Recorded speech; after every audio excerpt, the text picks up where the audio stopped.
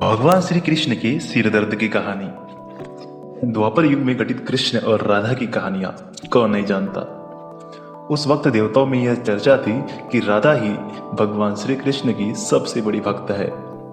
पर इस बात से एक व्यक्ति सहमत नहीं थे और वह थे नारद मुनि।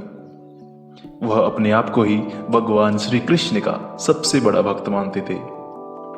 पर देवताओं में राधा रानी के विषय में ही सबसे ज्यादा चर्चा थी और यही सुनकर उन्हें बहुत जलन महसूस होती थी।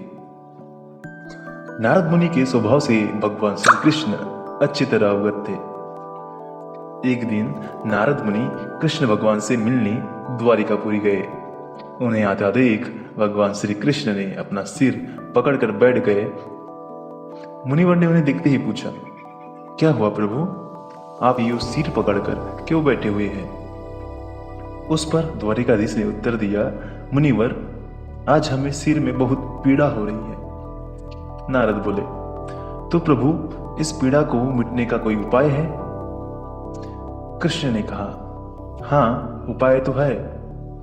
अगर मेरा सबसे बड़ा भक्त अपने चरण धोकर उसका चरण अमृत मुझे पिलाएगा तो मेरा सर दर्द पल भर में ठीक हो जाएगा।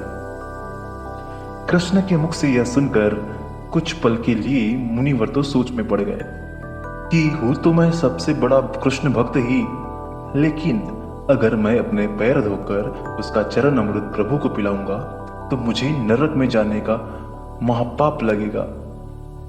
परंतु राधा को भी तो सबसे बड़ा भक्त मानते हैं। इतना सोचने के बाद भगवान कृष्ण से आज्ञा लेकर नारद तुरंत राधा रानी के महल में जा पहुंचे और उन्हें प्रभु के सिर में हो रही पीड़ा के बारे में वृत्तांत सुनाया और वह उपाय भी सुझाया जिसका जिक्र भगवान श्री कृष्ण ने किया था।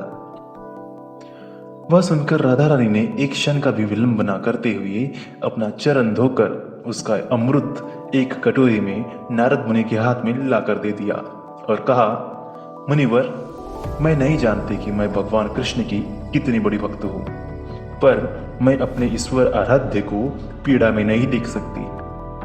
राधा रानी के मुख से ये वह सच्चे भक्तिभाव के शब्द सुनकर नारद मुनि की आंखें खुल गई और वह समझ गए कि राधा रानी ही कृष्ण भगवान की सबसे बड़ी भक्त है और प्रभु श्री कृष्ण ने यह लीला मुझे समझाने के लिए रची है।